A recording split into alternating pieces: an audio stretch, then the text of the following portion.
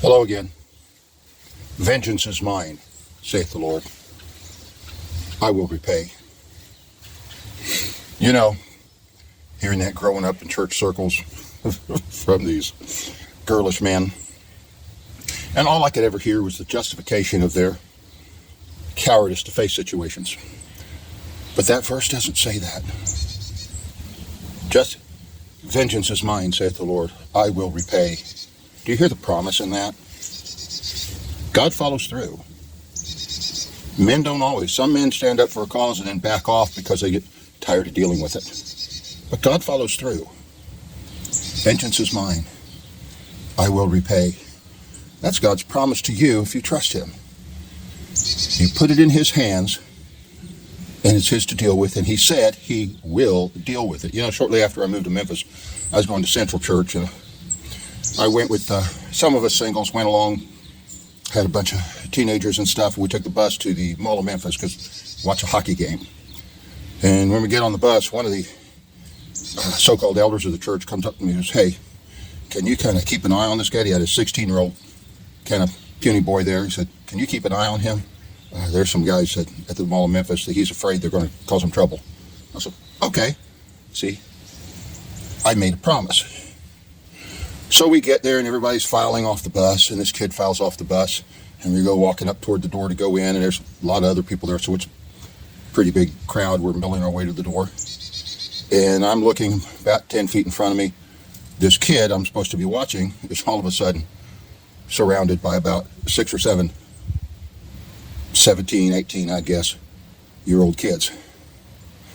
And they are proceeding and threatening motion his direction. So I walk into the circle and step in front of them and look at him.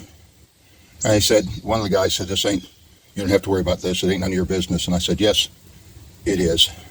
And I'm looking him in the eye and I said, I recommend that you go somewhere else and do something else. Any issues you have with this kid now are gone. They're my issues. And this, not 20 years old, dude that thought he was tough is looking at me for about 30 seconds. And then he kind of bowed his head a little bit and said, come on, the other guy's away.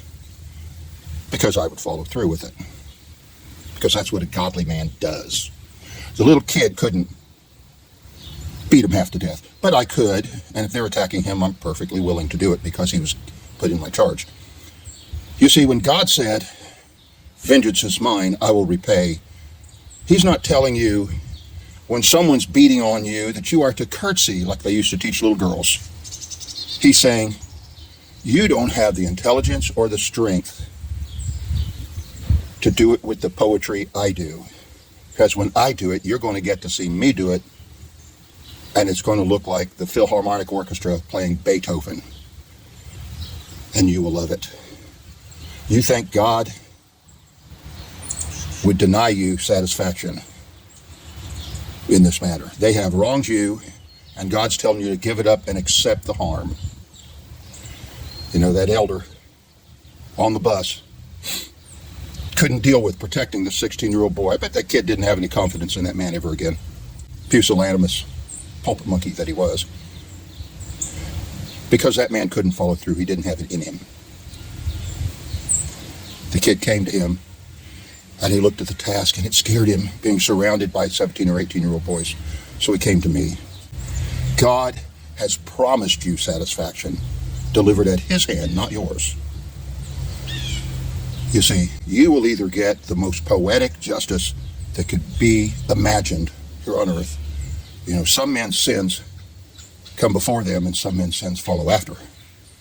You will either get vengeance on this earth, or God will give it to you in eternity, because you're going to get to stand there and watch these people scream as God throws them into the flames of the lake of fire.